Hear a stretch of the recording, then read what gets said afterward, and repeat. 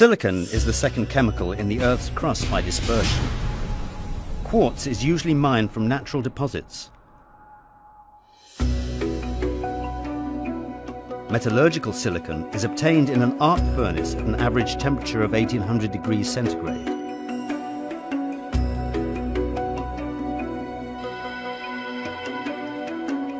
Trichlorosilane is obtained by chlorination of silicon at a temperature of 260 to 4000 degrees centigrade.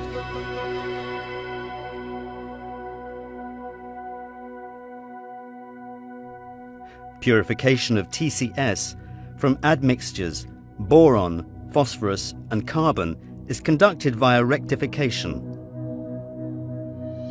Polysilicon crystalline is obtained by depositing and crystallizing polysilicon from various gaseous silanes at heated silicon filaments in the hydrogen atmosphere inside CVD reactors. filament quality determines the grade of deposited polysilicon and the success rate of the deposition process.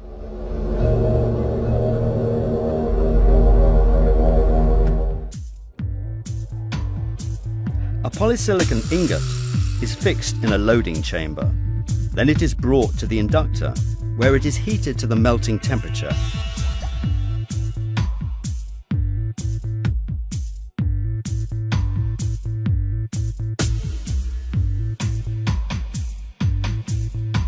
Melted silicon is placed on a quartz draw hole.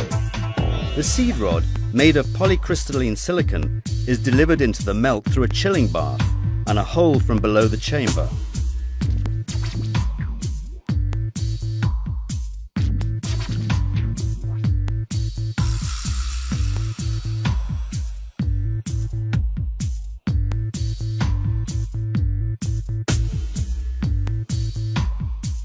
The mobile mechanism draws the seed with the melted silicon down during a continuous production process. 2 filaments can be obtained from a single ingot.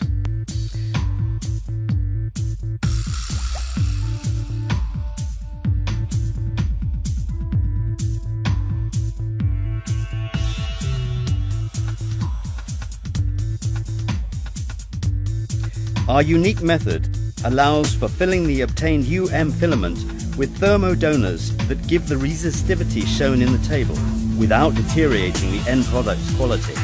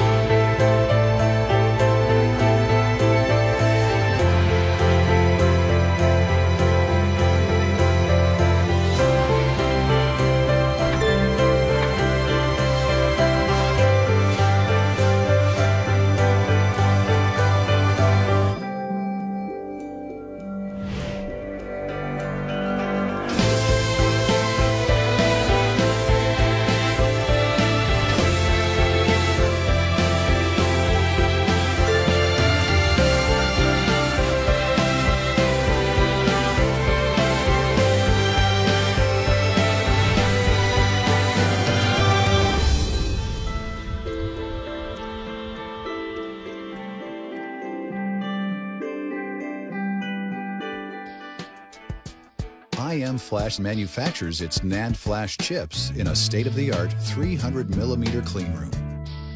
Manufacturing a semiconductor is much like building a skyscraper. At the foundation is a bare silicon wafer. Circuitry is built upon this wafer layer by layer to form the microscopic components in each NAND memory device. But this construction isn't 20 stories tall. Try 20 nanometers, or 5,000 times smaller than the diameter of a human hair.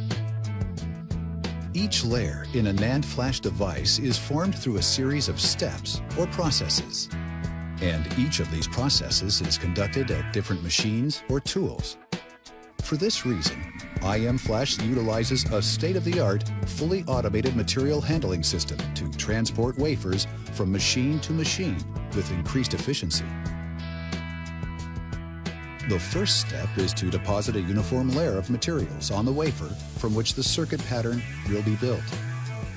Next, the wafer is coated with a layer of photosensitive resist.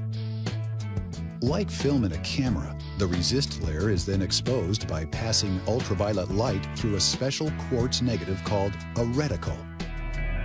Once developed, the exposed areas of resist are removed, and a high-energy plasma gas is used to etch the pattern of the circuitry.